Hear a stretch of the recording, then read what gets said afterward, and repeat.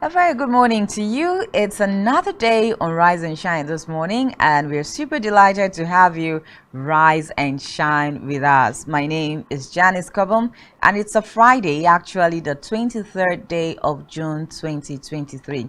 It's funny how this month has, suddenly is wrapping up with something. But good morning, Francis. Good morning, Janice. Good morning, Nigeria. Good morning, Africa. Good morning, world. Yes, Francis Oyima Edet. I know you're still wondering why is it still here. Well, she always does that to me every time. Yes, yeah. I have the powers to do that to you. Don't mind me. But I think I just woke up. It's like I just slept and woke up and I discovered 2023 was already in the month of June. Yeah. And then June is almost wrapping up. So like the second quarter of the year is over. It's beginning. No, this is the first quarter. This is the first half. Yeah, the first half of the year is it's already here, and I'm like, okay, so I have 6 months left in the month of in the year 2023. Oh my!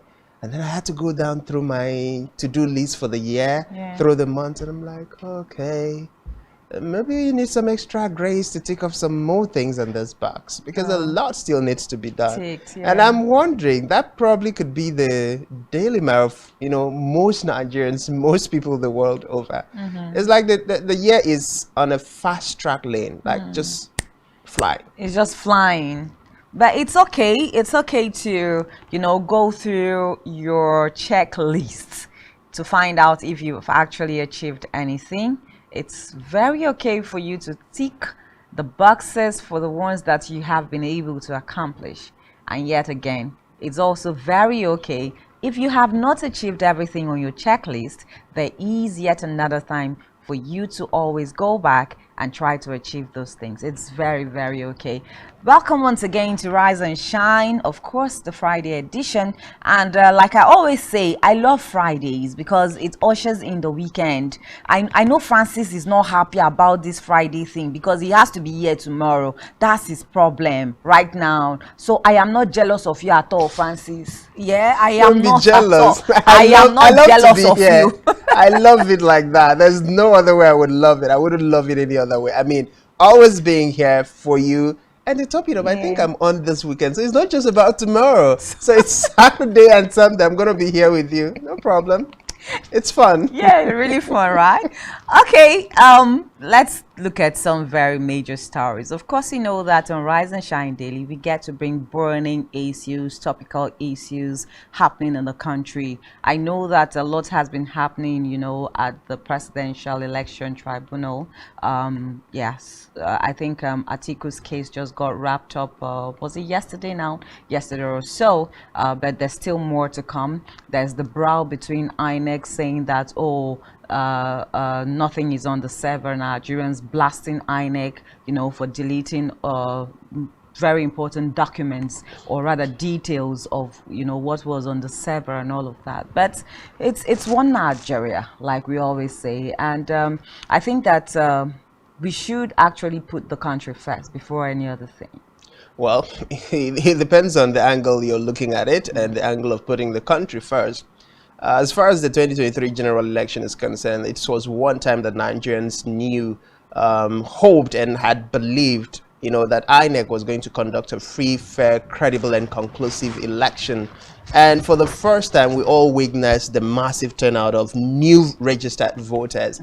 And that has been attributed to the fact that, for the first time also, the churches, the religious leaders stood up and realized that election politics was not just what they call in quote dirty game meant for the in quote dirty people, but rather politics was for all of us, because even the good books have told us to be part of the governance of our land. So as Christians, we owe it to ourselves to do that. So that singular move by religious leaders, the drive from churches for people to go get registered, resulted in the massive voter registration that we had, and then the massive voters turnout. But then, after the first election, we also how the outcome, became in the second phase of the election at the state level. It was massive during the National Assembly and the presidential election. At the state election, the number drastically reduced. Why? Because what INEC had promised Nigerians, what Nigerians witnessed, Shun State and other by-election that was conducted before the general election didn't come to play.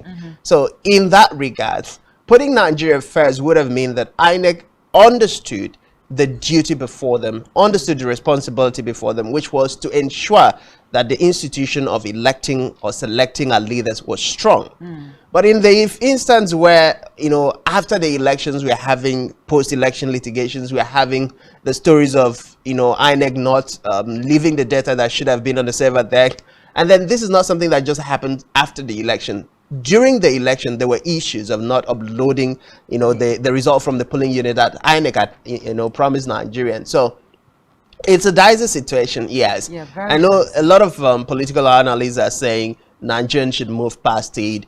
We've had the elections, whatever happened, let's learn from it and go forward. But then the other side of the question is, if the individuals or the people calling for moving away from the elections and the post-election litigations to actually focusing on governance, if they were the ones, would they also move away? That's and now, a big question. if these moving away in the interest of our democratic institutions, because democracy should thrive on the will of the people. And where the people And on think, justice as well. yes. So when the people feel their rights have been trampled upon, when the people feel what has happened is not just, fair, and credible to everybody, then there is a question. And then the interest of Nigeria, in quote, might not really be what is being protected.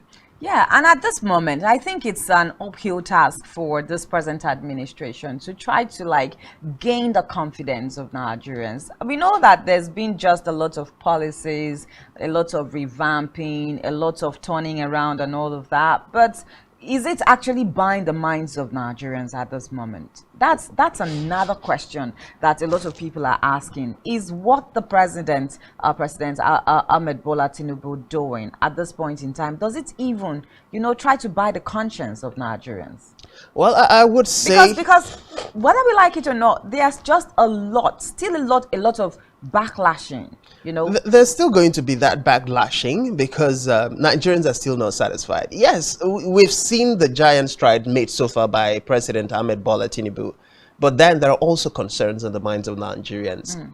Are these moves done too fast, too sudden, without, real planning? You look at the fuel subsidy.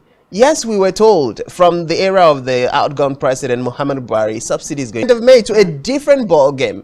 And like that, the snap of the finger, fuel went from about 190 something to about 200 that we used to buy around some localities in Nigeria to 500 and something.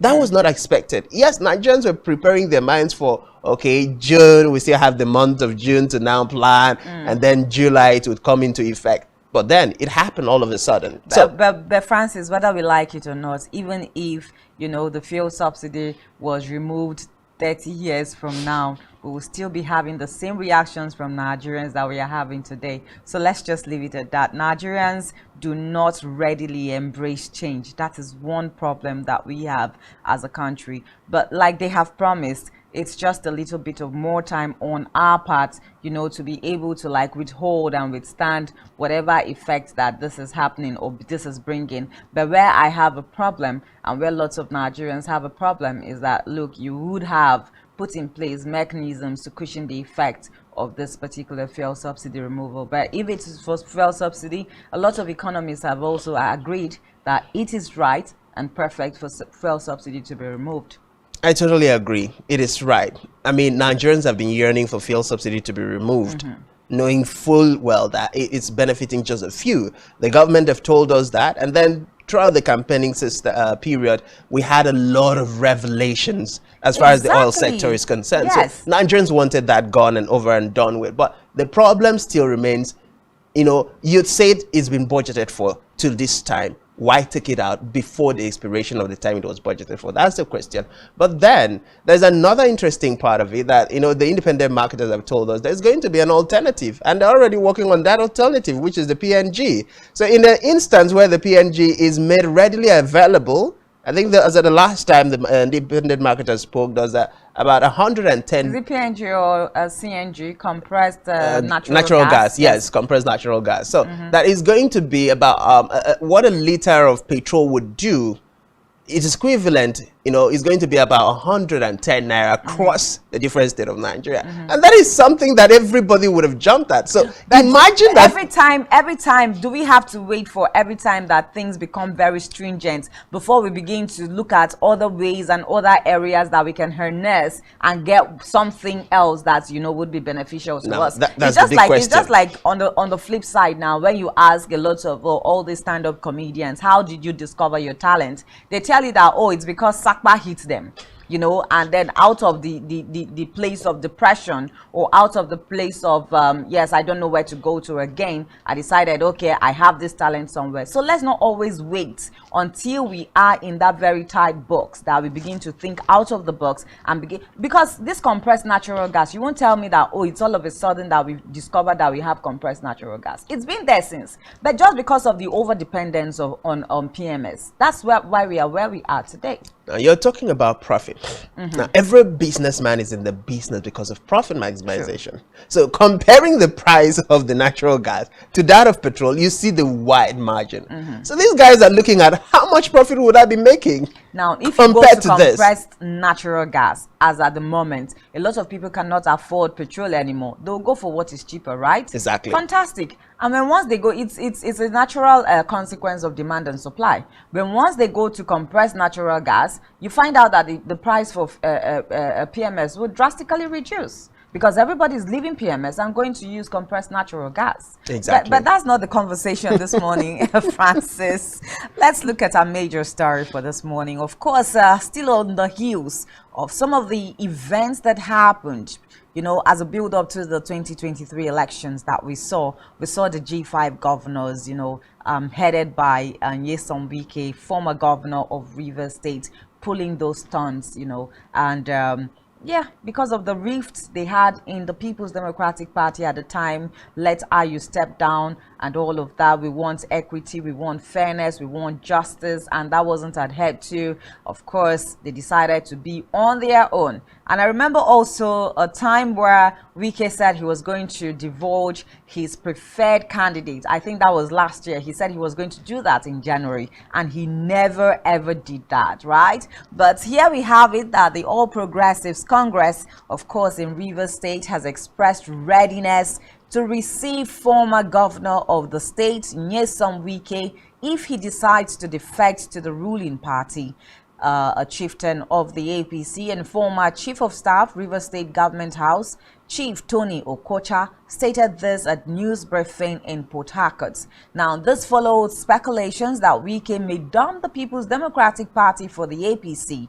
Okocha, who was the coordinator of the BAT Vanguard, an acronym for the disbanded Bola Ahmed Tinubu Vanguard in the South-South, said Wike has the right to join any party.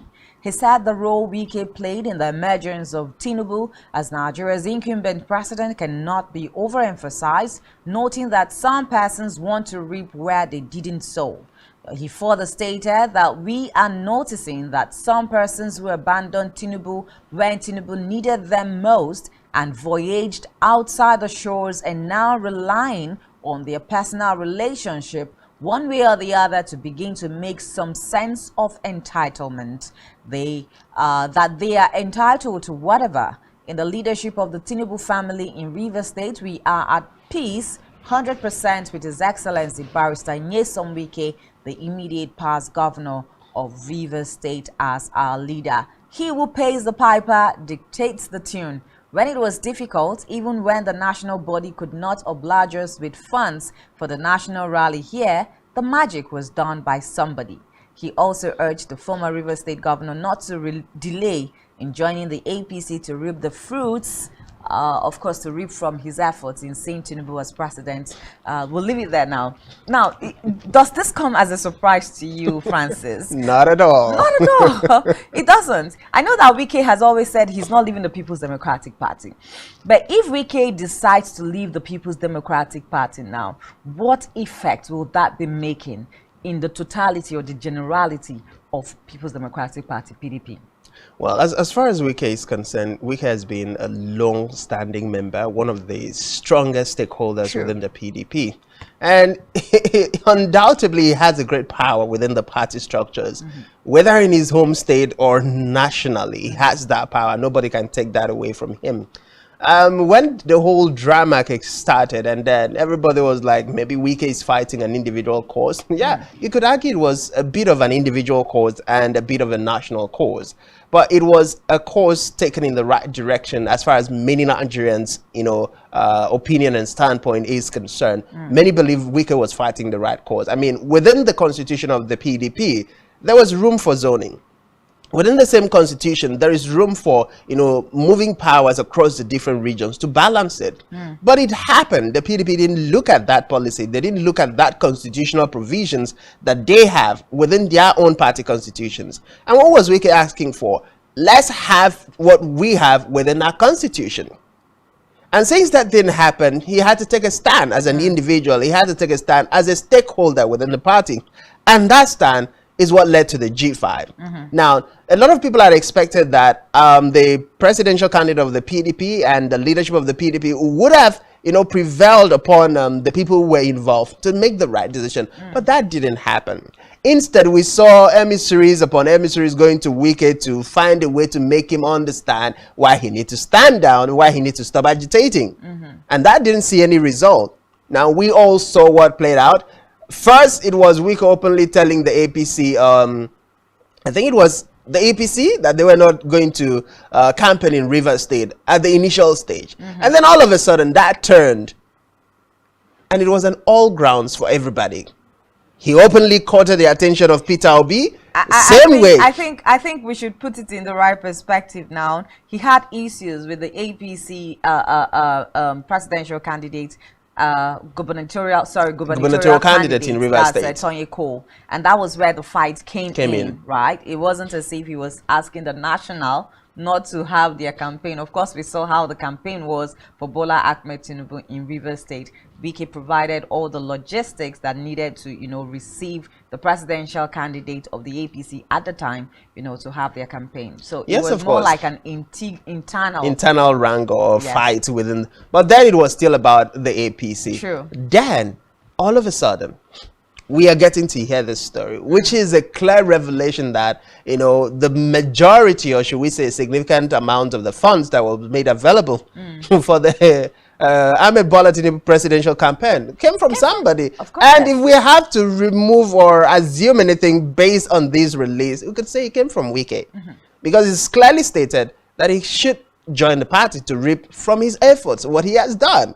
So if the party in Rivers State, who had a governorship candidate, are referring to Wike as their leader. Now that's a faction of the APC in Rivers State. Okay. Because even Tony Cole, who was the gubernatorial candidate of the APC, is still having some internal wranglings with Wike. So how will it be possible for Wike to join the APC in his state after all of the fightings that happened? Now, you're looking at power, you're looking at interest, you're looking at hierarchy.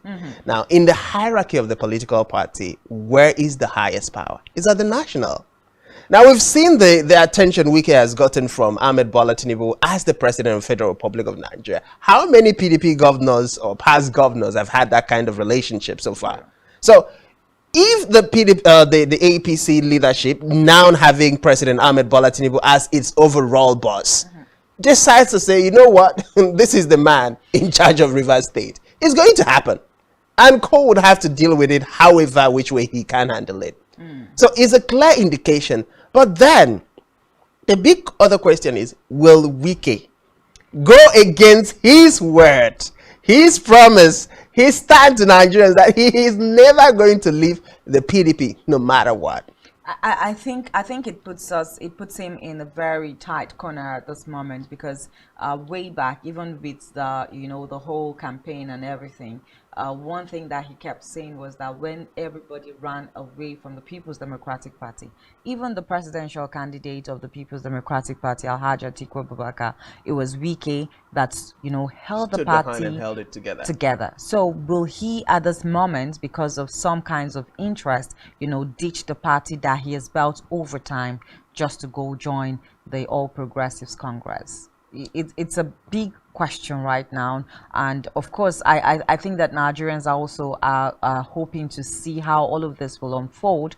But let's remember also that he played and I think there was a time also that it was rumored that he was going to be taken out of the People's Democratic Party in a way of suspension now, because of all the anti-party activities that has been going on. But I think it leaves him in a very tight corner now to decide whether or his interests, with the presidency would take over his intention to remain in the People's Democratic Party. Well, it's still a puzzle, and we have to wait and see what His Excellency Nyesom Wike is going to do at the end of the day. But talking about his suspension, recall that prior to that, we also saw the drama that unfolded in Benue State, where Yochayu is from, and then that led to his suspension as the PDP's national chairman. So it's politics; anything can happen. But then, putting this, development around the person of President Ahmed Bola Tinubu was also said. It's probably looking at working with everybody across the divide, irrespective of political party. Exactly. There is also a possibility that Wike can still remain within the PDP. And have what he wants from the president. Exactly. So because he was in the PDP and giving the president all the help. That he needed to win his election. And whether we like it or not, we still remember vividly well what happened in Rivers State, because the results from what we learned and saw was tilting towards the victory of Labour Party now. And all of a sudden, from Wike's local government alone, the table turned. So Wike played a very, very pivotal role in saying that the president emerged as the winner of the just concluded presidential election. So, and for me, I feel that when once you become a president of a nation, you become president for everybody, and not just president of the All Progressives Congress, which is the party where you flew your flag under, right? So Wike can still be in PDP and still benefit from whatever largesse that the president is giving out as way of appointments or yes. But I think that another very interesting aspect to this now the governor of Rivers State, Fubara, is saying that please, whether Wike wants to go to APC or not, he should not distance himself from him. So he needs all the support that, he can garner from Nyesom Wike at this moment, as the governor of Rivers State. So whether you're going to APC, please, sir, still be with me. I think maybe for the first time in the history of Nigeria, we might possibly, if the leaders are able to pull it off, have the kind of democracy that some Nigerians or majority of Nigerians have been yearning for, where after the electioneering period, we focus into the issue of governance. Exactly. And that means giving trusted, competent individuals across party lines the opportunity to serve the people. Now, if Ahmed Bola Tinubu is able to pull that off at the national scene, I think it will bring about a completely different narrative to the Nigerian politics. And that would be a beginning to a new era that Nigerians would be proud of looking back maybe 10 years from now, maybe 15 years as the time progresses. But then it also goes down to, the political interests of the different movers and shakers of the Nigerian political scene. Will they allow these men who are at the helms of affairs to make the decision? Now, coming back to Rivers State, I mean, the governor is coming in. You need all the support from your immediate outgoing, governor, to be able to navigate at least the first 1 or 2 years of your stay as the governor of the state.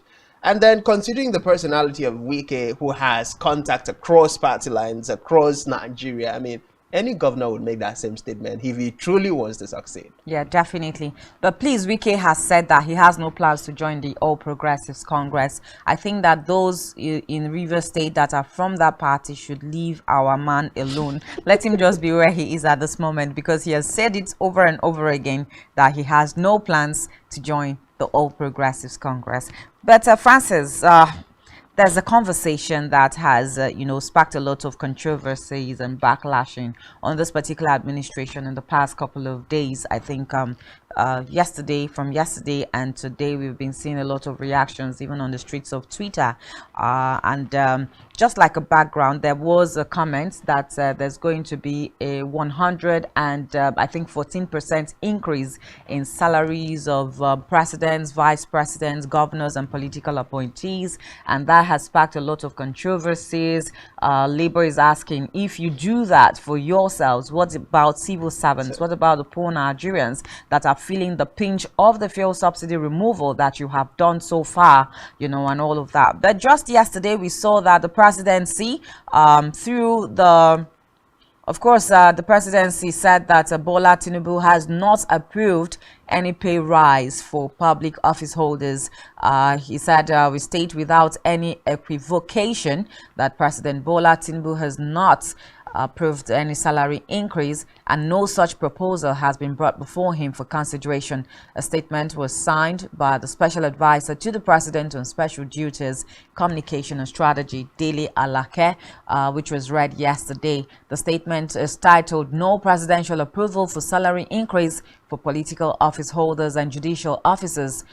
Thursday's release follows reports that the Revenue Mobilization, Allocation and Fiscal Commission had approved a 114% increase in the salaries of President, Vice President-elect, federal and state political office holders and judicial officers.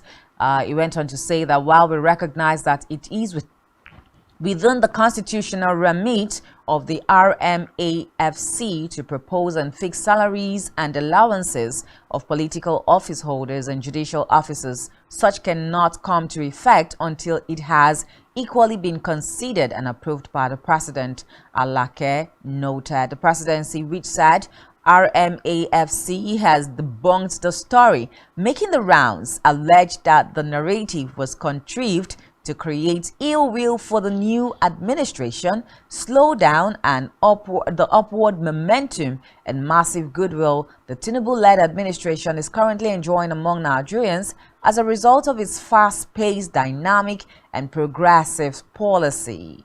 Therefore, Alake advised that updates in government activities and policies issues that do not emanate from approved official communication channels should be ignored. Now, different sides to these stories. At some point, the salary revenue RMACF now is coming out to say that there is some kind of moves to increase salaries of president, vice president, and political office holders, judicial officers too, to a percentage of 114. And when Nigerians started reacting to all of this, it now looked as if, there was a rejoinder to that comment. They now came out to debunk it. And now, of course, we saw the spokesperson to the president, Dele Alake, coming out to say that no, it never happened. The president has not approved all of this. It's not a new trend in Nigeria. Exactly. As far as you're in Nigeria, we are used to. Yeah, we're used to this kind of scenario. But many Nigerians and analysts would say this is rather coming too early in this administration. It's just about 24 days since Ahmed Bola Tinubu took over as the president of the Federal Republic of Nigeria. So beginning to have statements and counter statements from the presidency, from the federal government, from the MDAs is definitely not something Nigerians want to start attributing to the president Ahmed Bola Tinubu's administration. But then, before any of these stories comes up to the media, it therefore means there is something somewhere happening, because grapevine don't just come. They come as a result of maybe an information picked and maybe wrongly shared, and then it gets and filters out. And so if Nigerians have to go by what has happened before, where you have a statement coming and then rebuttal coming, and then eventually you get to hear, this is a standpoint of the government on this matter. I think it's going to be uneasy for the President Tinubu's administration if this actually becomes the order, because just earlier in the week we heard the humongous amount of money that has been budgeted for allocation and accommodation and other allowances for politicians, the members of the National Assembly, the Vice President, the Senate President, the President, and all of those. And Nigerians are not done reacting to that one. At a moment where we're talking about no money in the country to fund fuel subsidy, and the majority of Nigerians are suffering, Nigerians are expected, okay, we'll also look at cutting down the cost of governance, cutting down what we are giving to our politicians. But that is not happening. And then just when we are saying, oh, we have not seen what we anticipated, really happening, you're now bringing a different story of even increasing that. When in the increment of the salary structure made by the federal government to, civil servants, it is not. Nobody's talking about that yet. Nobody's talking about that. And then you're also looking at some section of the Nigerian Civil Service Commission not being taken care of. You have from the medical professions who are still, talking tough at this point, and we might likely, if that is not addressed, see another massive industrial action in that sector. We're talking about a different, a completely different narrative. So if the President, Ahmed Bola Tinubu's administration wants to be successful, if they want to continue on the path where, yes, their policies and the moves so far made is significantly being praised by Nigerians, then they have to sit down and look at very key indices that needs to be dealt with. And one of such would be to drastically reduce the cost of governance. I mean, why should a legislature, I recall having a resource person who said most of our legislatures don't do nothing throughout their 4-year tenure. How many legislators do we have sponsoring a bill? How many legislators do we have co-sponsoring a bill? So they just go to the house to wait and say nay and hi. And then millions are pumped into their account as allowances. So if that is done, in as much as many people have also argued that maybe, political office holders should be graded like the Civil Service Commission. Civil servants, yeah. So if we can't have that, at least let's have a drop in their salaries, in their allowances. That can, the overall figure that will be, retrieved from that can be channeled into some other thing to handle the problems we are facing in Nigeria, instead of always wanting to borrow and borrow and borrow. That's conversation for another day, the too much borrowing of the country. But let's quickly take reactions, of course, from Peter Obi on this very matter. Let's take a tweet now. Mr. Peter Obi, of course, the presidential candidate of the Labour Party, says, I learned with great reservation the approval of a 114% increase in the salaries of elected politicians, including the president, vice president, governors, lawmakers, as well as judicial and public office holders by the revenue mobilization. And with over 130 million Nigerians now living in poverty, this is the moment when recent reform measures by the government have increased living costs astronomically. I think there was further says Allocation and Fiscal Commission are okay. This is not the appropriate time for such salary increment if it is at all necessary. We are living in a time when an average Nigerian is struggling with many harsh economic realities. So I think that, again, looking from this comment now of Peter Obi, a lot of Nigerians are off the fact that, look, it is very insensitive of this particular government, to be coming up looking at the harsh realities of life. It is very insensitive for them to be coming up with a salary increment to the tune of 114% just for president, vice president, political office holders, and the judicial officers. Very insensitive of the government. This, it may happen in future, but let it not be now that people are feeling the pinch of the fuel subsidy removal. And aside from the fuel subsidy removal, there's been a lot of hike even in electricity. I think you brought up that conversation yesterday. Then definitely the hike in electricity is there, and of course, in as much as the organized labor are all already fuming at the increment, it's Nigeria. And in the words of Peter Obi, at this point in time, what Nigerian leaders need to focus on is to cushion the effect of the hardship felt by Nigerians. As a matter of fact, they need to prioritize dealing with issues that will affect the generality of Nigerians. If you don't deal with those issues now, they're going to linger on. But I'm going to hold you on that now. Please, we'll take a tweet from Shehu Sani as we wrap up this particular conversation, and of course join Mary Joseph for the news brief. Shehu Sani says, of course, he was a former senator in the 8th Assembly. He says, now that the presidency has outrightly denied the 114% salary increase for the Nigerian elite leaders, we call on the RMFC AC not to forward such approval, such a proposal, I beg your pardon, aimed at enriching the comfortable and impoverishing the poor. RMFAC, you are now thrown under the bus.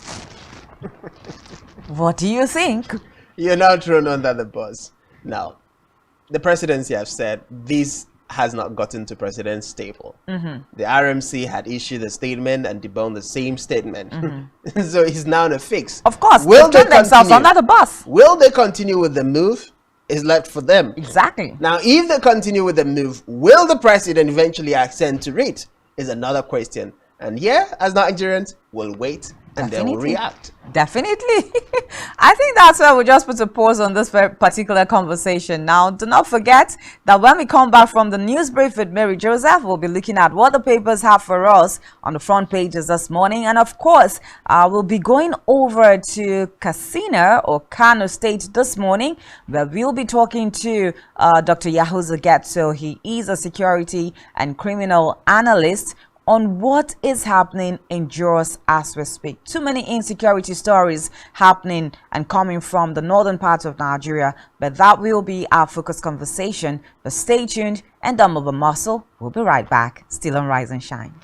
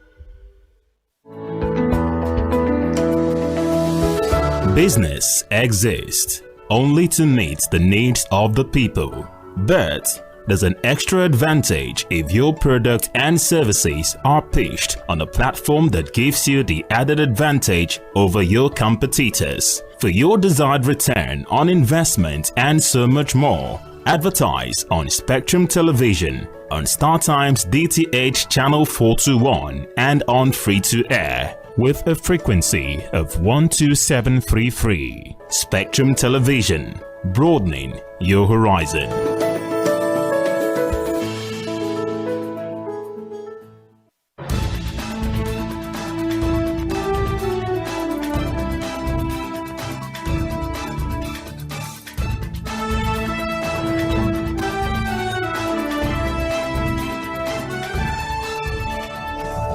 Spectrum TV, broadening your horizon. The Nigerian police, which is the only one allowed by grossly abused. Our governors have to share police powers with the president as stipulated by the Constitution. We do not have a federal government police force. We have the Nigerian police force, which shall be administered, organized, and supervised by the Nigerian police. No, my lord, I want to say something. I want to say something here. Perhaps it might also enlarge the scope of people who should be invited here for examination. My lord, if we cannot find those who literally murdered Abiola, who are those people who could be said to be the beneficiaries of the death of Abiola? Rogers has linked you with some of the killings he did. He never did. He linked you with the attempted murder of Hebrew. He did not. My lord, the Matters Council is leading the evidence in our matters. Is this an adversary proceeding? It's not, my lord, but you can't be talking about cases which are in court, my lord. Is this an adversary proceeding? It's not, my lord. These cases are in court, my lord. I'm just reminding your lordship. My lord, sorry, my lord, I think I'll be in cross-examination. Legally Speaking, a program that deals with legal issues and questions we face as citizens of this amazing country, Nigeria. Legally Speaking. Join us every Friday from 5 p.m. to 6 p.m. for Legally Speaking. Every society is premised on the quality of relationships forged by its inhabitants. The health of these relationships determines how well people, relationships, organizations thrive and how long they stick together. Join Uyai Anyekan on Connect every Wednesday from 6 p.m. to 6:30 p.m. and on Sunday 2:30 to 3 p.m. on Channel 421 on StarTimes to catch all the conversations, interviews, real stories, and how to navigate relationships and family life in the 21st century. Real people, real faces, real stories. Connect live on Spectrum Television.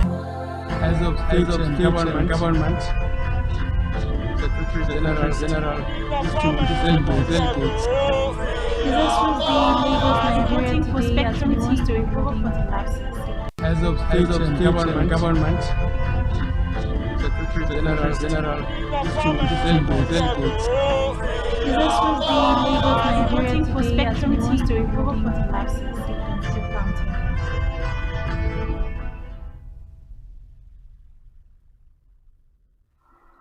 A very good morning to you and welcome to your morning news brief on Spectrum. Live from Uyo, I am Mary Joseph.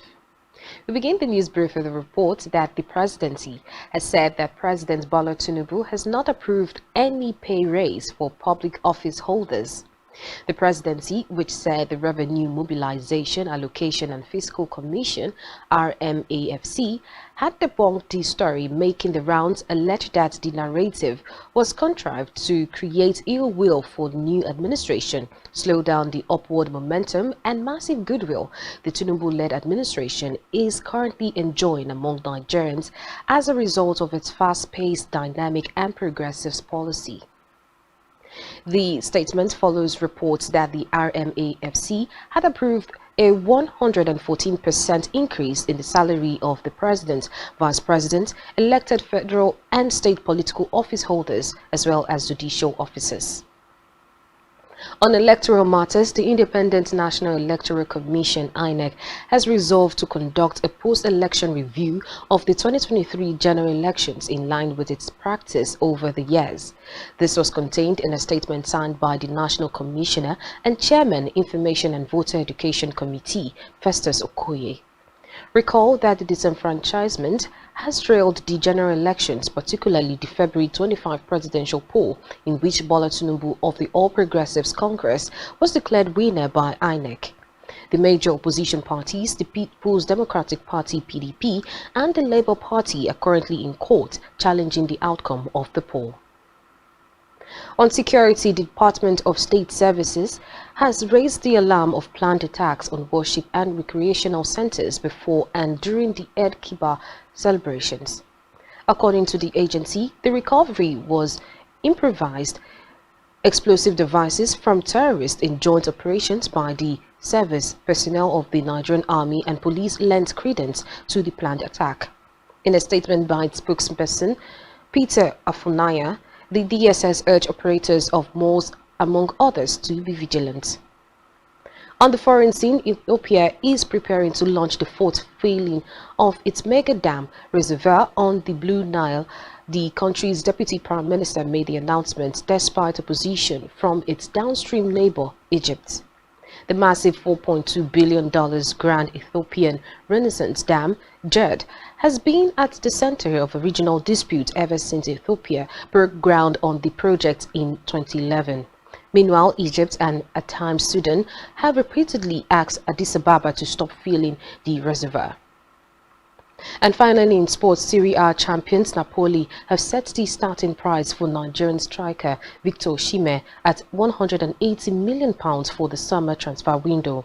This will be the third time that club president Aurelio De Laurentiis will increase the asking price for his star forward. Recall that during the 2022 summer window, the Naples-based club set Osimhen's fee at £120 million, then during the winter transfer window in January.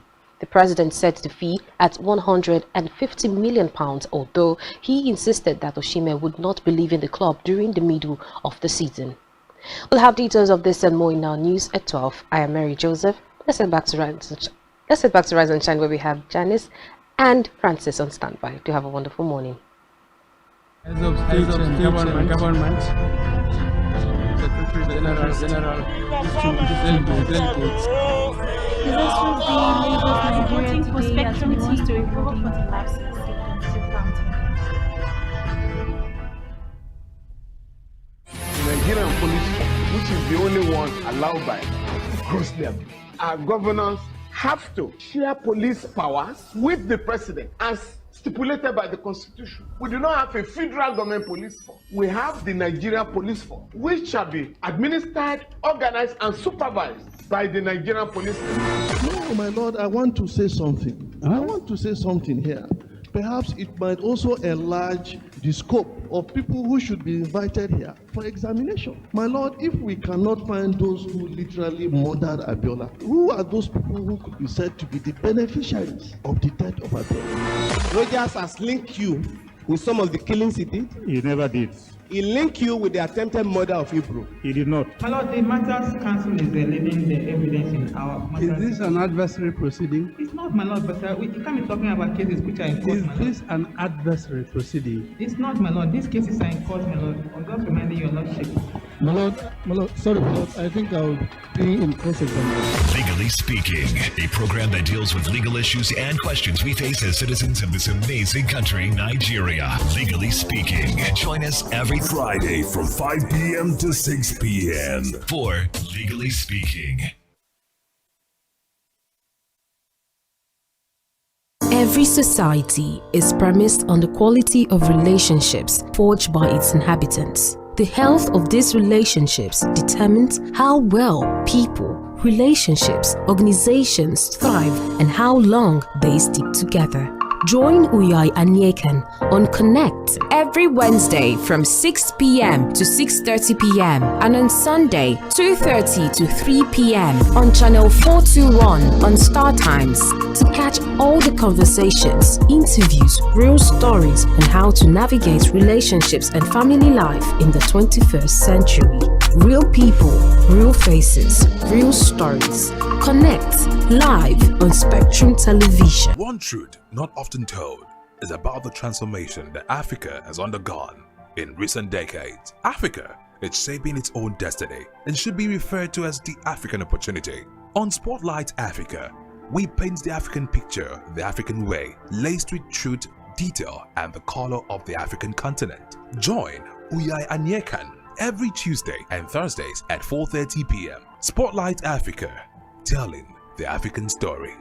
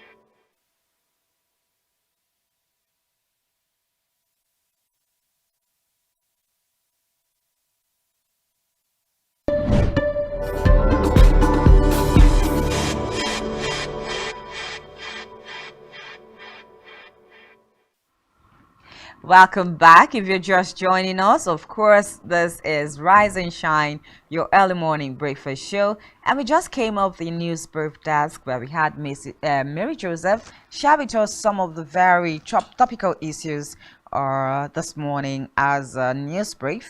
But just to bring you up to speed with some of the major conversations we've had this morning talking about Nigeria, some faction of the All Progressives Congress in Rivers State are saying that they are actually ready to receive Wike, former governor of Rivers State, into the APC fold. Now, Wike has also said that he is not ready to leave the People's Democratic Party and join the APC. But of course, we know that some of these statements could be political statements. Nigerians are waiting and we're watching. And away from that, of course, the presidency has also come out to debunk the fact that there's been news everywhere, allegations that there's going to be 114% to salaries of presidents, vice presidents, political office holders, and judicial officers as well. The presidency is saying, look, nothing like that is happening. But Nigerians have also cautioned, if the RMFAC is also saying that they did not, circulate that kind of news, and the presidency is also saying that we're not doing any of such, then it should never go forward, because Nigerians are saying, instead of increasing salaries of presidents and vice presidents, political office holders, rather let some effort be done in cushioning the effect of whatever it is the common Nigeria is facing as a brunt of the fuel subsidy removal. And that's all some of the major conversations we had this morning on Rise and Shine. And of course, at this moment, we will be going to our papers to find out what the front pages have for us. So up next is Daily Spotlight.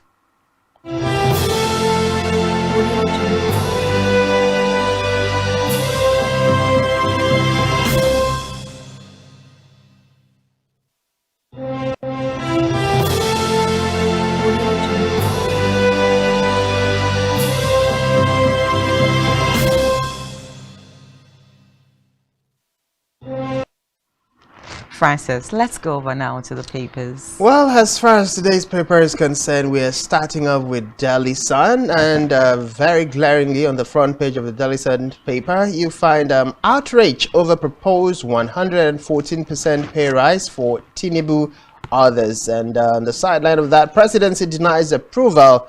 Obi CTA Faratomi orders slam federal government, says situation in country does not allow for salary rise for leaders. Still on the front page of Delhi Sun, you see INEC deliberately deleted results from Beavers. Forensic expert tells tribunal. Group begs Atiku Obi to withdraw case, join government of national unity.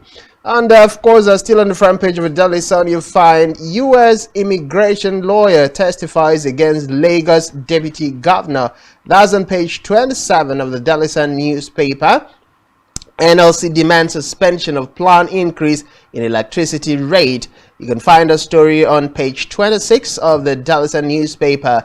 Tinubu to EBRD Afrizim Bank. We are ready for business. That's on page 25. And of course, still on the front page, Bill Gates Foundation to commit $7 billion on interventions in 4 years in Nigeria. And of course, to wrap it up from the Delhi Sun newspaper, we have DSS alleges plan to attack worship centers during Salah. That's on page 4 of the Delhi Sun newspaper. Okay, thank you so much, Francis.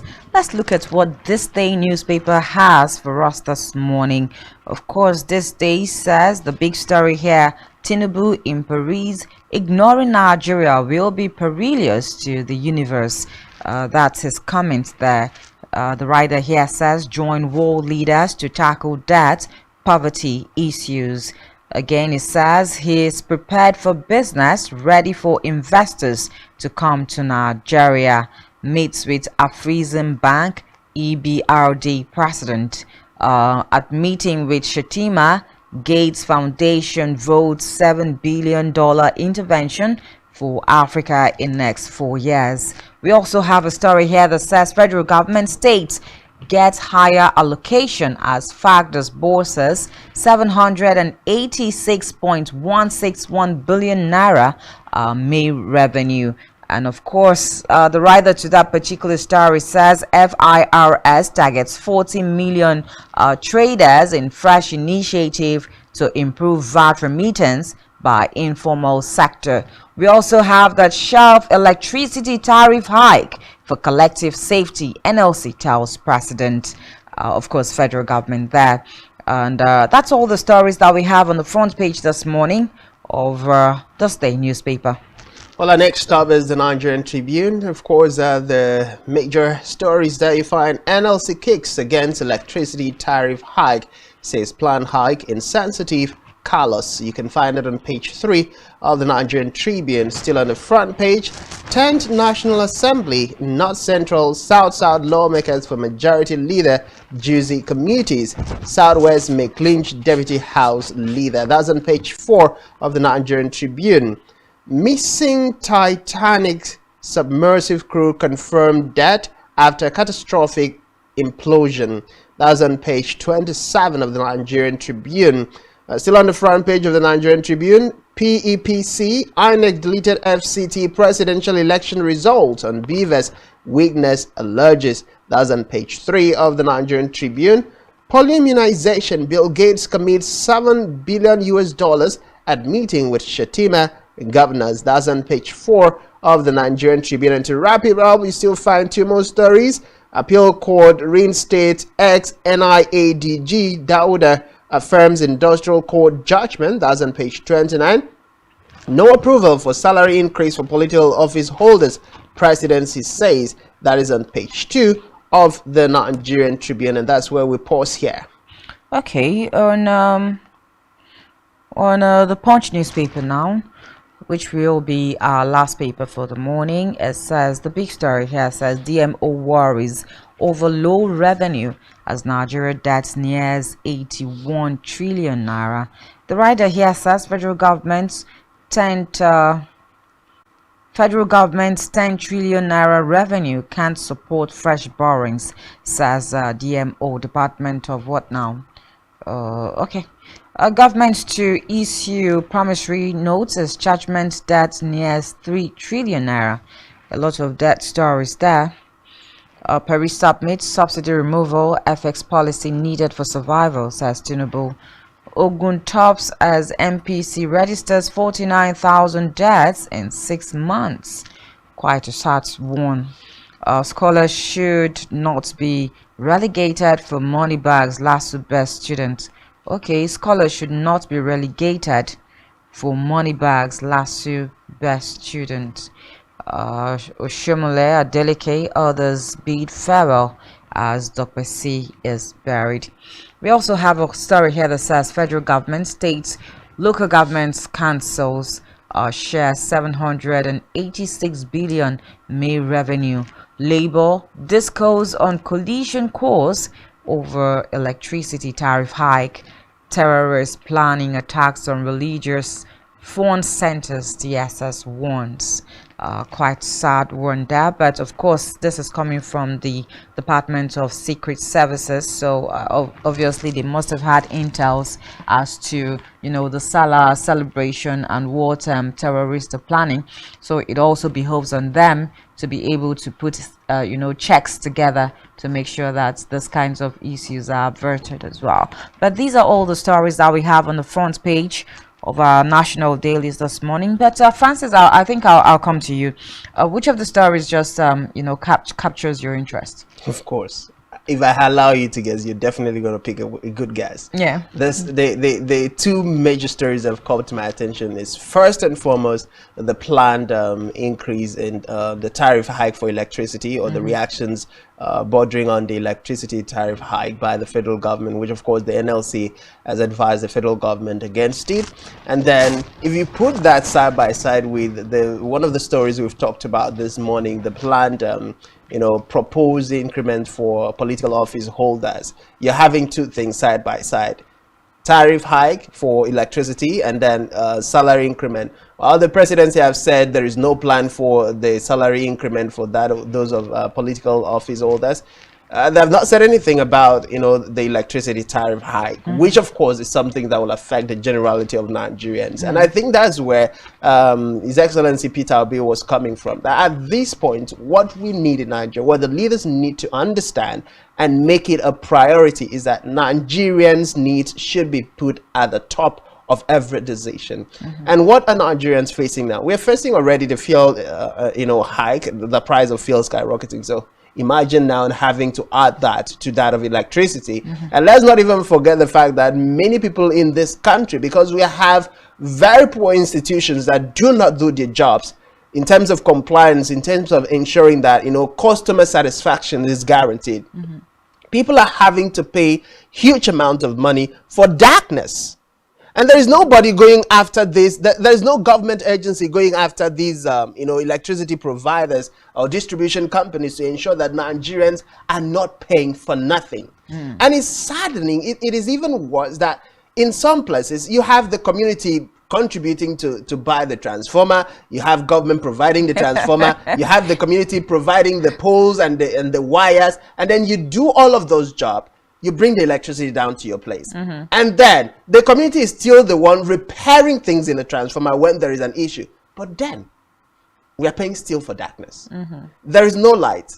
And the environments in Nigeria where you get to see light 24 hours to when the collection of officers or agents are going to come knocking on your doorsteps. But don't you also think that this is where the federal government is saying, okay, let's see how states can begin to generate their power supply? Individuals, private individuals can actually come on board and get licenses to generate power and also, you know, distribute power. So when it happens like that, you know that you have, you know, privatized the sector. It brings, what does privatization do? It brings about a lot of consistency. It brings about efficiency and efficacy as well. So maybe all of those things that we are suffering, because you're very, very correct when you say that we get to buy our own transformers, we get to even fix them and repair them and all of that. So, but when this is thrown open to everybody, whoever has money, come, we would give you the licenses for distribution. It also is going to put some of these things in check. And of course, like we know, anything that is privatized is profit oriented. So it would definitely make the prices of electricity go up, but the good thing about it is that there's going to be consistency. We are not going to be facing the epileptic power supply that we are facing at the moment. Well, that is definitely not a problem. Most Nigerians will tell you we don't have a problem paying for electricity, but we have a problem paying for electricity that we are not using. So in the instance where there is enough, you're waking up every day, you have electricity, your foods are not getting sour because there was no light to power your refrigerator, and you're not running around helter-skelter to spend huge amount of money for the business operators to fuel your generator, you won't have any problem. I mean, why would you even fuel your generator as a business person when there is quality, stable power supply for you to run your business? So you definitely just channel all of those money into paying for the electricity. So as long as Nigerians have quality service, they're not going to have a problem. So for you, it's not even about government throwing it open. It's more like, look, take over this thing, take hold of this sector, which is the electricity sector, and make it work for Nigerians. That's exactly the point. And it's not just about throwing it open. Now, the government has thrown it open. The people coming in, what modalities is the government putting in place to ensure that we do not have a transition of what is currently being applicable to the incoming era of having private individuals or government, state government taking over the business? Yes, we want that will to a large extent sanitize, the sector, but then there needs to be that legislation put in place, that piece of, law put in place to ensure that customer satisfaction is paramount. There is no doubt with the deregulation, a lot of people are going to come into business, and with the coming into the business, you have the competition. Exactly. And of course, with that competition, the quality of service will increase. But then there is still need to put in place that piece of legislation. Okay, I think another one story that catches my interest this morning is, of course, this one on Daily Sun that says INEC deliberately deleted results from Beaver's forensic expert is telling the tribunal. And the writer is quite, let me just read it. The writer of the story says, group begs Atiku Obi to withdraw case and join government of national unity. Now, when you even begin to talk about national unity and, the likes of Peter Obi and Atiku Abubakar to sheath the sword and join the administration of Bola Tinubu, does it, I don't know if that is feasible in any way. I know that there are lots of, conversations around, okay, let's build the country together. Let's put the country first before any other, personal interests. But when we look at how mad the past administration, rather the 2023 elections, especially that of the presidency, was marred by a lot of controversies. Would we now say that, okay, we just go to these people and say, oh, sheath your sword, come out of court, let's settle this amicably, then join hands with the likes of Bola Ahmed Tinubu and his administration, and let's move Nigeria forward? Well, for those who are making that call, I would come from the point of Nigerians who believe that is not a call made in the right direction. It's possibly a call made from a standpoint of selfish interests of those involved. Justice, equity, fairness, these are the hallmarks of democracy. You're talking about the right values, the right norms. The outgone president talked about building strong institutions, not strong individuals. Now, in an instance where, as far as the just concluded election is concerned, international communities, foreign observers had said the election was mad, significantly mad. So what is justice? What is fairness? Where is equity in that? Now, if you're calling for people who are in court to seek justice, equity, and who are in the interest of democracy to withdraw their case, it therefore means in the event that these 4 years elapses, you're telling every other politician or aspiring politician that it is not necessarily about justice, fairness, and equity. It is not about right ideals and right values. It's about finding your way to the top. And then there'll be people who are ready to come and tell you, to find you the embers on, and then ask every other person who was trying to get justice and build a better institution to back off. In the interest of what? National unity. But that is going to do something. We are having different agitations across the different regions. For what? What are they agitating for? it comes down to the question of justice, fairness, and equity. And until that is addressed in Nigeria, we are still going to have those factions further spreading out. If we have to go down to the whole scenario that played out in Lagos State, for instance, has the federal government of President Tinubu addressed those issues? There has been no address. There's been no statement from the Lagos State government. Now, if that even taken a step to address some of those anomalies, then maybe Nigerians would say, okay, everybody would have said, okay, you know what? They have addressed, they have spoken against these ills, and they have taken steps to correct these ills, which means they are not in support of whatever transpired. Because whether or not you like it, the politicians might not necessarily be the ones asking their supporters to do certain things, but the supporters, in a bid to garner favor on the part of their boss or their paymaster, might go the extra miles. So it is therefore a call on justice or equity or fairness or right-standing people to now say, okay, you know what? This person might be my supporter, but I did not support this. I am not in support of what this person do. I'm against it. And then publicly, officially, however you want to do it, let it be known and let even the individual suffer the aftermath of what that was. Yeah. That way, Nigerians will know, oh, this person was not in support. It's like in the era of ballot box snatching and all of that. You arrest somebody, say, these politicians sent me. And the politicians say, I didn't send him.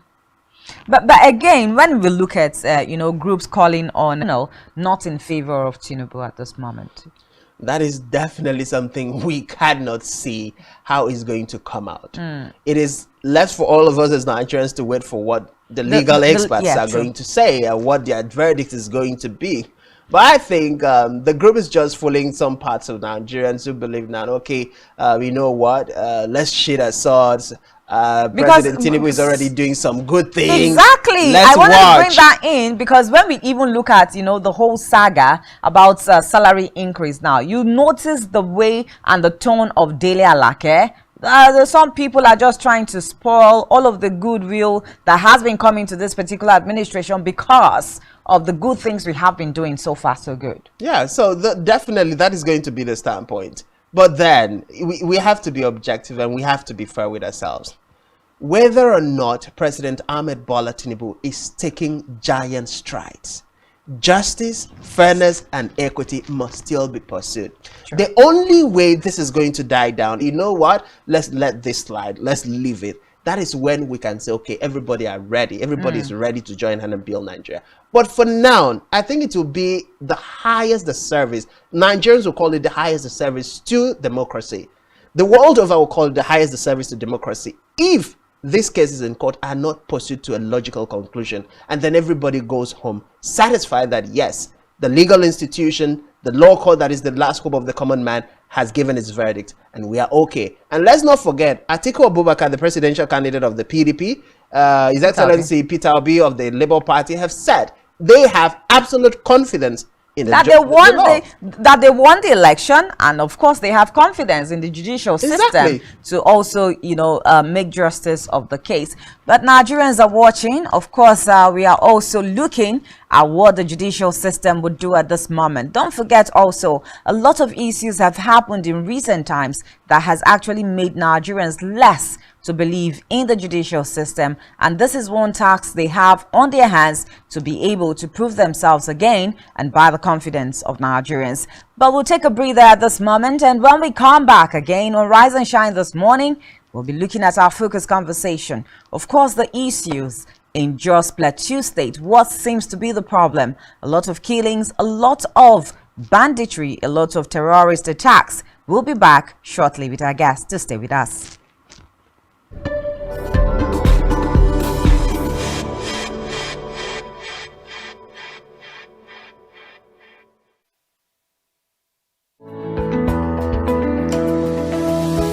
Business exists only to meet the needs of the people, but there's an extra advantage if your product and services are pitched on a platform that gives you the added advantage over your competitors. For your desired return on investment and so much more, advertise on Spectrum Television, on StarTimes DTH Channel 421 and on free-to-air. with a frequency of 12733. Spectrum Television, broadening your horizon.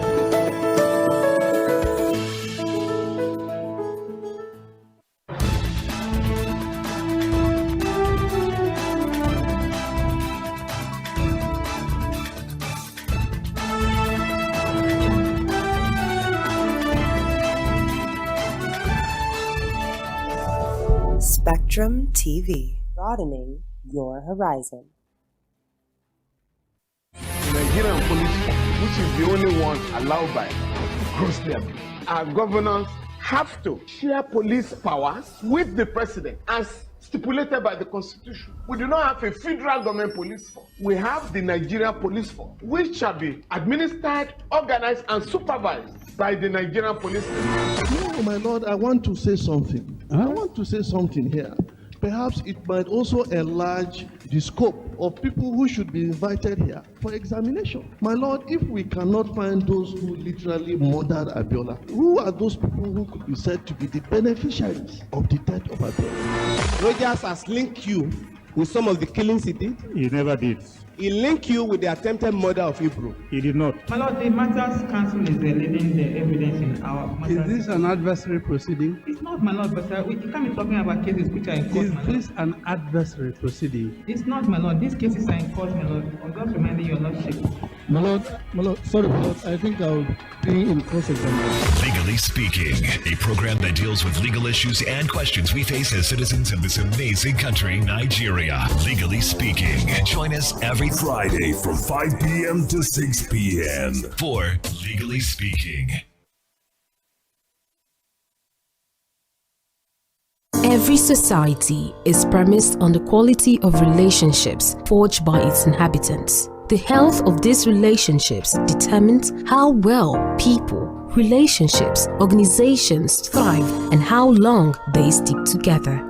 Join Uyai Anyekan on Connect every Wednesday from 6 p.m. to 6:30 p.m. and on Sunday 2:30 to 3 p.m. on channel 421 on Star Times to catch all the conversations, interviews, real stories and how to navigate relationships and family life in the 21st century. Real people, real faces, real stories.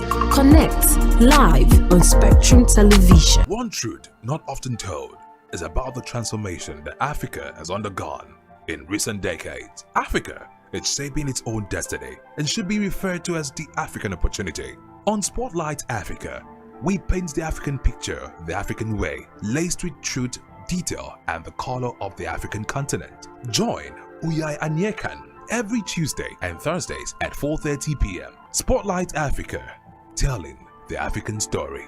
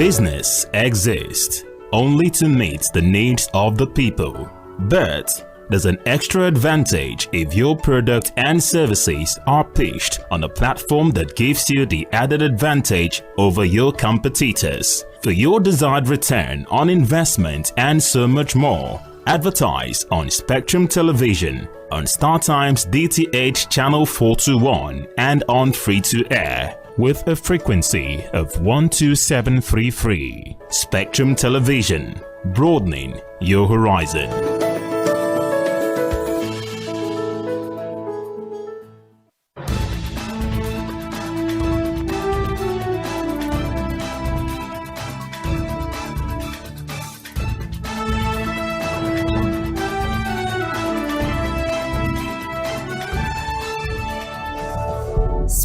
Allowed by grossly abused. Our governors have to share police powers with the president as stipulated by the constitution. We do not have a federal government police force. We have the Nigerian police force, which shall be administered, organized, and supervised by the Nigerian police force. No, my lord, I want to say something. I want to say something here.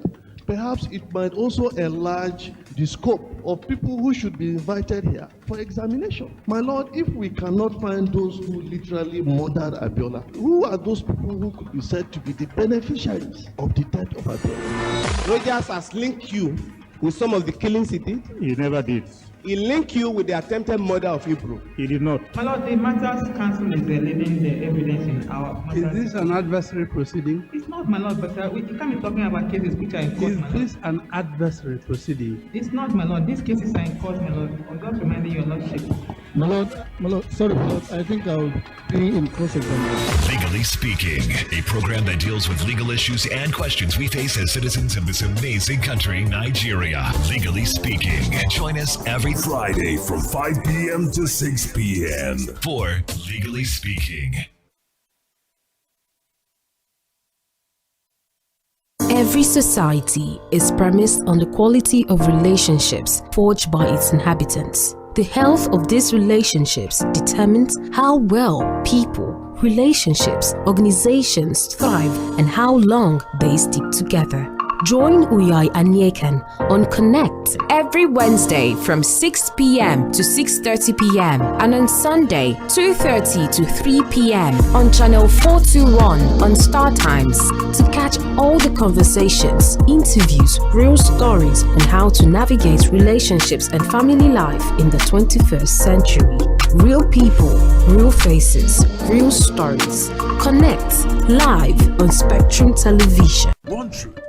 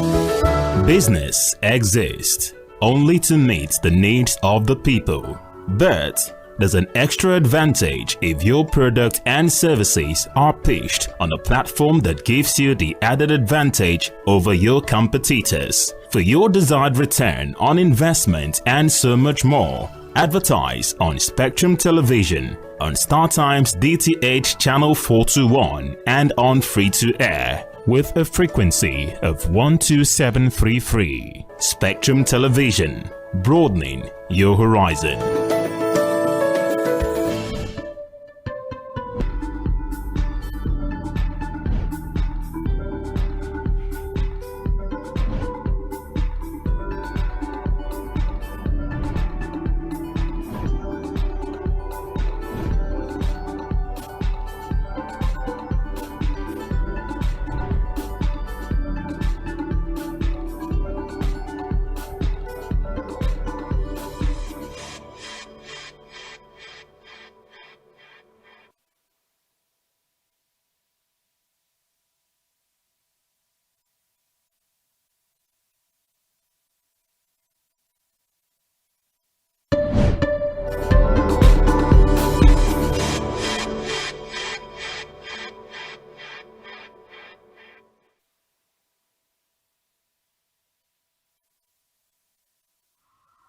All right, many thanks for still being there. Of course, this will be the concluding part of the show this morning. I'm here alone for now. Of course, Francis just jumped out for another official assignment, but we are going to be looking at our focus conversation this morning. Let's not forget that recently the administration of President Bola Ahmed Tinubu decided to change the service chiefs and bring on board new people. Now, what will be the effect of all of that on the JAWS issues? Of course, lots of issues, security issues happening in Plateau State JAWS as we speak at the moment, and it has led to lots of loss of life, and it is something that needs to be discussed and something that the government needs to rise up to the occasion to make sure that lives and properties are safe in these regions. Joining us this morning to discuss this and many more is Dr. Yahuza Getso. He is a security, intelligence, and investigative expert. He is a community-driven development professional, a consultant on forest criminals and criminality, networking behavior, terrorist activities, and network therapist for Africa and Asian continent. He has also with procurement, logistics and supply chain management, 6 years career background, and also security investigation and intelligence management. He is especially forest and terrorist network therapy. He has experience and knowledge on social and behavioral change, examination and social philosophy, social psych. Morning. Good morning, viewers, and good morning, team. Thank you for the opportunity given. Thank you for having me. Right. All right. So, how's Kano this morning? I know that you're in Kano. Well, Kano is quiet, even though Kano is being terrorized by the armed bandits. They are expanding, or they are kind of moving and shifting, and they have started chasing part of the areas of Kano State, neighboring Katsina State and neighboring Kaduna State. And we are calling for emergency continued occurrence of these guys, activities of these guys. Otherwise, it is going to be something entirely different than that of what has been happening in Katsina and other part of the other states. It's going to be really difficult. Some local governments like Karaye, Rogo, Kiru, Gwarzo, my indigenous local government, Shanono, Bagwai, and Tsanyawa, as well as Lambata, have started being affected, including Munjibur and some other local government in the eastern part of Kano have started being attacked by bandits and kidnappers.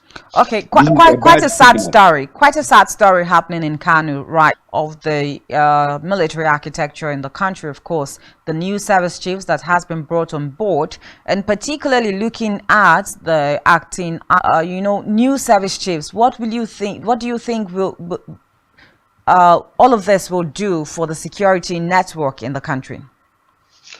Well, I must to commend President Bola Ahmed Tinubu for quickly swinging into action. And looking at the 4 items in bullet points, we can say that he sounds to be determined, and he is by the situation at hand. Right from one, his acceptance speech. He slightly talked about the security, but the message sent is very heavy. The second, during his inaugural speech, when he had the meeting with them, with the former special advisor on security, Mangono, where he warned the military, the security, the service heads about the issue of working together, that is harmonization and synchronization and collaboration, and the outgoing service heads as well as others that came before them. All this happens mostly during the Buhari administration under Buhari's watch, which is has been very bad and have not. Malam Nuhu Ribadu, a special assistant, rather national security advisor. No, initially he was appointed as a special assistant, special advisor rather, and then now became and later became national advisor when there are glamoring issues coming from the cycle of the military and others, why a police should be appointed as a national security advisor, which I believe there are many civilians like me and others who can even do better than many of these many of these generals. Being in uniform as a Nigerian Army, Nigerian Air Force, or Nigerian Navy, or otherwise.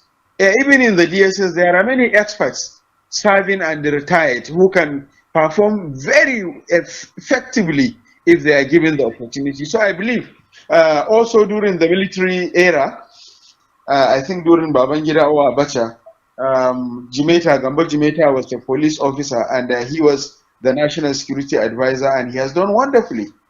So I believe, looking at the reputation of the Malam Nuhu Rubadu and his family background, the upbringing, the quality of the services he has delivered when he was in the service, probably when he was given the EFCC, he was not given the right and the correct enabling environment to operate and then he has not lasted longer for certain reasons. So we may not say that we're very confident, and I believe in President Bola Ahmed Tinubu, and I believe in his psychology and physiology and the way he is therapeutically looking into the security situation of this country. He must have conducted a thorough background check, a thorough understanding and review of Malam Nuruba's profile and the reputation and the assessment of his performance in the other direct and indirectly inputs into the security arena, the security issues in the country. I believe there must be so much that has been done to scrutinize who is Malam Nuhu, whether he deserves it or not. Looking at the way and manner President Bola Ahmed Tinubu is doing his appointment. Most of these guys that he knows them personally, and at one time or another, and I have been on track of some of their activities here and there in the northeast and in some other part of the country where they attend certain positions. And I believe Bola Ahmed Tinubu have done very well in scanning and picking these guys. Okay. Now, do you think? I'm sorry to quote you. Definitely going to deliver if on condition. We are going to come back to providing an enabling environment for these guys to do their job. But the question I want to ask this morning is: are you trying to say that Nigerians should expect something different from how the country was handled security-wise? Tinubu should we, look forward to something different in terms of security? Well, from the takeoff, Buhari administration has been an administration of irresponsibleness, an administration of deceit, an administration of lies, an administration of and wasting and squandering trillions of money in the name of security without being secured, while the country is diving deep into the difficult criminality. But the security architecture under his administration was properly funded. Well, you can maybe mention this, but I want to refer you back to 4 items. One, the National Security Advisor to the President Buhari made mention that trillions of money in US and a total overhaul of the security system. But he has not, he's mentioned that very clear. He was not under duress. I have not seen any harm. That is one. Secondly, the former Minister of Finance, then Ahmed Shamsuna, was accused by military and some other security agencies, and she went to the National Assembly, to the Senate, where the military and other security complained before the Senate Committee on whatever, and she was invited. She was represented by her permanent, and he made mention and presented evidence to the public of giving the military and other security agencies huge amount of billions or trillions of money at a short period of 8 months or thereby. And at the same time, former chief of army staff who died in a flying car. He presented the report. They started asking questions. He gave them 3 answers. 1, he says that you know who you have given your money. 2, you know how much you have given them. And 3, they are in my office. Go and invite them to answer your question. May his soul rest in perfect peace. So when you look at these items, I have more than 41 items to mention and to discuss about justifying the irresponsibleness of an inability and negligence of Buhari administration. So is it now enough? Is it now enough for us to say that the administration of former President Muhammadu Buhari, owing to also to the fact that this is the same APC government that we are talking about here? Well, for us to be sincere and honest, it has been a tradition by so many other presidents who came and served, changing the service chiefs, changing the security heads, changing the head of management at a different parastatal, and President Bola Ahmed Tinubu looking at the weight of the reputation of the guys he appointed for delivering a certain services. The Inspector General of Police is someone I know very well, and around have started magnifying and mitigating the psychology and brain of any messenger have come, and he wants to change how things were being defense staff and the chief of air staff and other new generals that have been appointed as a certain to man a certain on the issue of the APC. No, let's be realistic and honest. Let's give this guy some level of hopes. We have to jubilate, but we have to we cannot celebrate, but we have to jubilate, because it's really the Nigerian population. It indicates building trust. They will definitely find themselves into the same frying pan. I think that we are trying to curb the insecurity that has bedeviled the country. We have changed service chiefs to who are those to create this enabling environment, and who are those on the Tinubu administration as a primary leader, but I want to tell you, the public, the traditional institutions, the religious both.